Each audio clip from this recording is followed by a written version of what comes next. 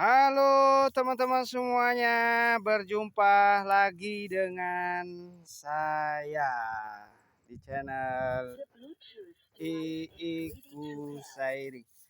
Sekarang saya ada di lokasi sawah yang saya garap, ya. Tepatnya di Desa Tugu, Kecamatan Lelea, Kabupaten Indramayu. Ya, sebagaimana kita ketahui, Indramayu adalah salah satu lumbung padi nasional, lumbung pangan nasional, salah satu loh ya. Jadi banyak di daerah lain ya, salah satunya ya ini di sini di Indramayu. Nah, sekarang saya sedang membersihkan apa ya, semacam tanaman liar di sawah ya. Setelah lama kita tidak menanam padi, nah, kita bisa lihat ya, padi sawahnya kering ya, ladangnya kering. Nah, kini kita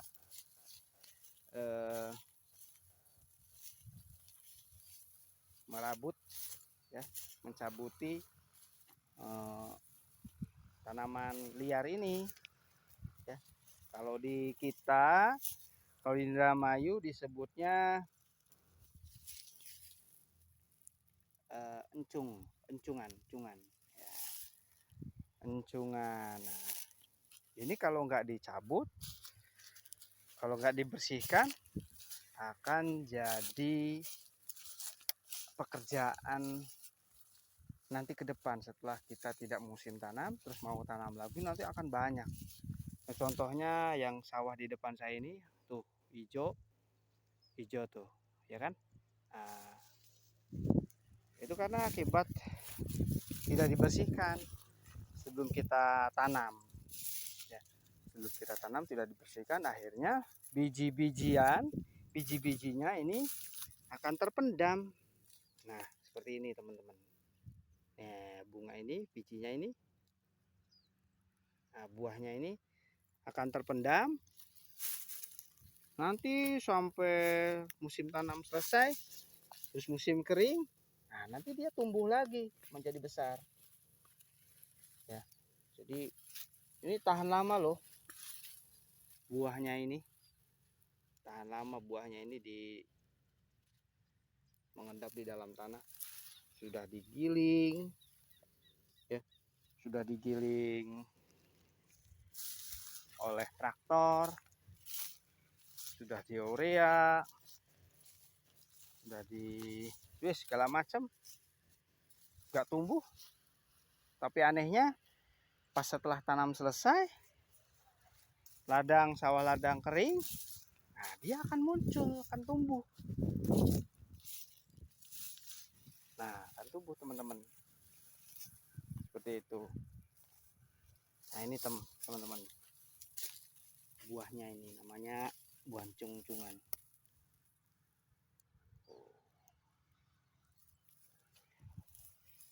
ya. Pekerjaan saya ini banyak sekali ini. Di tanah yang saya akan garap ini luasnya 145 sampai 147 batak. Kalau dipakai meter persegi itu 1470 meter persegi ya. Lahan yang saya akan garap ini luasnya 1470 meter persegi ya, kurang lebih seperti itu teman-teman. Nah, nanti setelah ini sudah beres, sudah bersih, nah, selanjutnya kita nunggu tuh musim hujan, kalau hujannya sudah deras, terus air kali sudah banyak dan mengalir ke area pesawahan dan airnya banyak ya di sekitar lokasi yang akan kita garap, barulah tuh traktor bajak sawah mulai pada turun. Nah, setelah pada turun, digiling ya, diguar-guar, dibajak sawahnya ini sampai terlihat gembur. Ya, mungkin teman-teman yang rekan-rekan petani pastilah tahu, dan mungkin tiap tiap daerah berbeda-beda cara mengolah sawahnya. Nah, kalau di saya seperti itu. Nah, nanti setelah dibajak sawahnya ini, tanahnya dibajak, baru kita bikin area untuk pembenihan. Nanti kita semai benih itu sekira 17 sampai 20 hari, barulah tanaman padi bisa ditanam atau ditandur, kalau bahasa pertaniannya itu ditandur. Baru tuh cocok tanam. Ya. Nanti setelah cocok tanam, kita nunggu sampai 80 hingga 90 hari, barulah sawah itu atau padi itu bisa dipanen. Bisa dipanen. Kita memanen hasil setelah kita merawat, memupuk ya. Setelah kita merawat, memupuk, kita memanen hasil. Nah, konon begitu juga dengan kehidupan. Kalau kita merawat, memupuk sesuatu, ya contohnya putra putri kita dengan sholat, dengan pendidikan agama yang layak ya, yang terbaik ya, menurut agamanya masing-masing, kelak kita akan memanen hasilnya. Kita akan melihat hasil dari didikan kita, hasil dari tanaman kita, yaitu anak-anak itu menjadi anak-anak yang soleh, baik, berguna bagi keluarganya, bagi bangsanya, bagi agamanya, bagi negaranya. Nah, seperti itu teman-teman.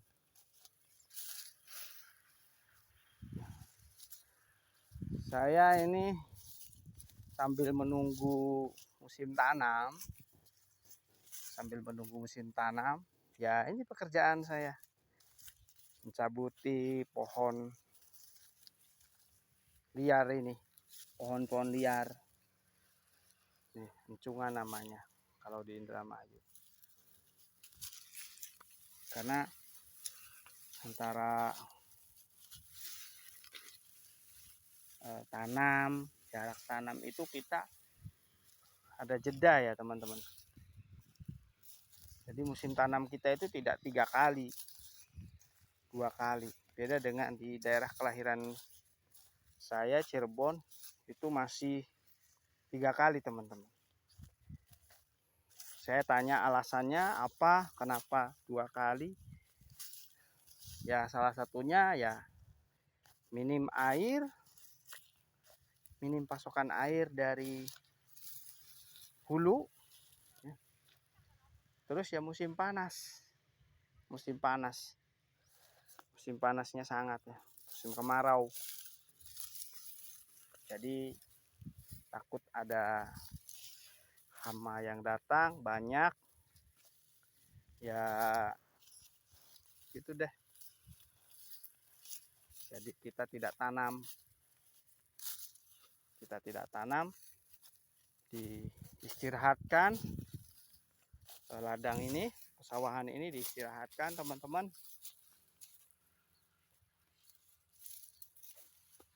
Ya, diistirahatkan, baru setelah 2-3 bulan diistirahatkan, antara bulan Agustus, September, Oktober, November diistirahatkan, baru kita di Desember, biasanya kan itu Desember hujan turun terus menerus ya, baru Desember mulai kita garap ya, mulai dari menyiapkan benih, membajak sawah ya, terus kita tandur, menanam, selanjutnya kita merawat, membersihkan, nah itu memupuk, menunggu waktu, kita menyemprot obat-obatan untuk hama, biar hama itu tidak ada, baru deh antara 85-90 hari setelah tanam kita panen ya, menaik hasil. Sambil menunggu tengkulak datang, kita jemur padi ya. Kita